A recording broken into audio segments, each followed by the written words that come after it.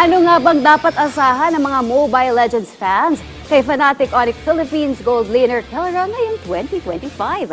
Alamin yan sa report ni teammate Mark Patriarca. Sa wakas ay nakumpleto na ni Fnatic Onyx Philippines gold laner Grant Dwayne Kelra Pilas ang lahat ng major accomplishments sa pro scene ng Mobile Legends. Matapos masungkit ang kampyonato noong MPL Philippines Season 14, nasundan agad ito ng World Championship nang dominahin ng tinuturing na gold standard ang M6. Sa dalawang kampyonato ni Kelra, saan nga ba siya mas nahirapan?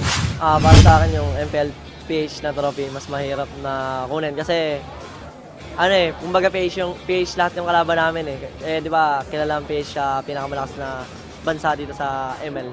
Kaya doon kami mas nahirapan. And 4-3 rin kasi sa yung Grand Finals, tapos sa M6 is 4-1. Kaya mas mahirap talaga yung MPL. Samantala, kahit nakumpleto na ni Kelra ang bawat major title sa Mobile Legends, ay may gusto pa ring maabot ang 19-year-old star ng Fnatic Onyx Philippines. Gusto ko maging back-to-back lahat doon. Lahat. Gusto ko mag-two-time champion sa lahat ng champion ko.